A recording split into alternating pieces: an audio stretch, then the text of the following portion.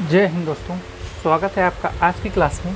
तो आज की क्लास में टॉपिक है दिक्पात का कोड। देखिए, जब भी हम चुंबकीय क्षेत्र के बारे में पढ़ते हैं विद्युत क्षेत्र को छोड़कर, तो ये टॉपिक बहुत इंपॉर्टेंट है और 2 या 3 नंबर में पूछ ली जाती है आपको शॉर्ट आंसर में, या कभी कभी लॉन्ग में तो नहीं पूछी जाएगी क्योंकि ये टॉपिक छोटी है। तो दिक्पात का कोड देखेंगे क्या है कि किसी स्थान पर अपने गुरुत्व केंद्र से स्वतंत्रतापूर्वक लटकी चुंबकीय सुई। देखिए, चुंबकीय क्षेत्र में अगर बात करेंगे, वहाँ पर अगर विद्युत क्षेत्र की बात कर रहे थे तो वहाँ पर आवेशों के बारे में पढ़ रहे थे। यहाँ पर दिशा उषा उसकी फाइंड करने के लिए क्या एक चुंबकीय सुई का प्रयोग करते। केवल सुई का लिखेंगे गलत हो जाएगा, उसको चुंबकीय सुई लिखना बहुत ज़रूरी है। तो परिभाषा में कह रहा है कि किसी स्थान पर अपने गुरुत्व केंद्र से स्वतंत्रतापूर्वक लटकी चुंबकीय सुई की अक्ष से गुजरने वाले ऊर्ध्वाधर तल को, उसका कोई अक्ष है जिस चुंबकीय सुई का जो अक्ष उसके ऊर्ध्वाधर तल को चुंबकीय यामोत्तर कहते हैं। अब मैं ये क्यों बता रहा हूँ, क्योंकि इसमें 2 शब्द हैं, चुंबकीय यामोत्तर और भौगोलिक यामोत्तर। इन दोनों का यूज है। पहले इन दोनों के बारे में पढ़ लेते हैं, इसके बाद दिक्पात का कोड क्या होता है ये नीचे की लाइन में लिखा गया है। ठीक है, किसी स्थान पर अपने गुरुत्व केंद्र से स्वतंत्रतापूर्वक लटकी चुंबकीय सुई की अक्ष से गुजरने वाले ऊर्ध्वाधर तल को चुंबकीय यामोत्तर कहते हैं।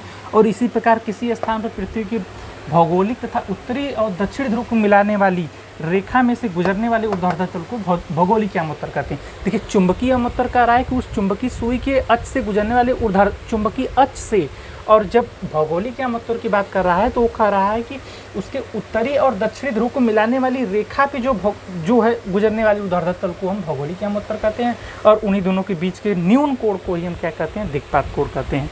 कहा ना, किसी स्थान पर चुंबकीय यामोत्तर और भौगोलिक यामोत्तर के बीच न्यून कोण को ही दिक्पात का कोण कहते हैं। दिक्पात का कोण जानने के लिए आपको 2 चीज़ जानना होगा, चुंबकीय यामोत्तर, भौगोलिक यामोत्तर।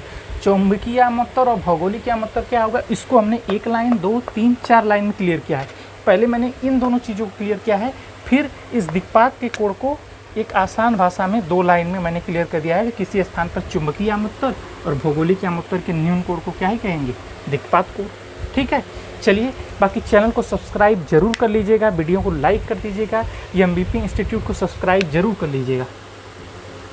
MBP इंस्टीट्यूट को सब्सक्राइब जरूर कर लीजिएगा यदि आप 11th-12th के स्टूडेंट हैं। तो अगर आप किसी भी कंपटीशन की तैयारी करते हैं, तो इसके बायो में है MBP कंपटीशन चैनल।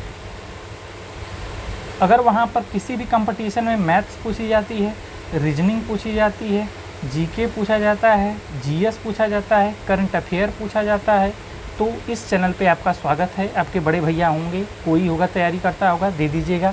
इस समय इस पे चल रही है RRB NTPC की तैयारी, एग्ज़ाम चल रहा है ग्रेजुएट लेवल का 5 जून से लेकर 23 जून। इसके बाद इस पे चलेगी ग्रुप D की तैयारी। बाकी जिस चैनल पे आप वीडियो देख रहे हैं उसका नाम है MBP इंस्टीट्यूट। यदि आप 11th-12th के स्टूडेंट हैं तो इस पे ये तैयारी चल रही है 11th-12th वालों की। फिलहाल इस पे फिजिक्स चल रहा है और इस पे NTPC की तैयारी चल रही है। ठीक है, फिजिक्स के बाद केमिस्ट्री, बायो, हिंदी, इंग्लिश और क्या बचा, physics, chemistry, bio, Hindi, English, math, ये बचा है ना। अभी फ़िलहाल फिजिक्स को एक बार पूरा सिलेबस कवर कर लेंगे, फिर chemistry, bio, Hindi, English, math पे लपटेंगे, इसको भी खत्म करेंगे। ठीक है, बाकी कंपटीशन वाले इस चैनल को सब्सक्राइब कर लीजिएगा, इंस्टीट्यूट वाले इस चैनल को। ठीक है, चलिए, धन्यवाद।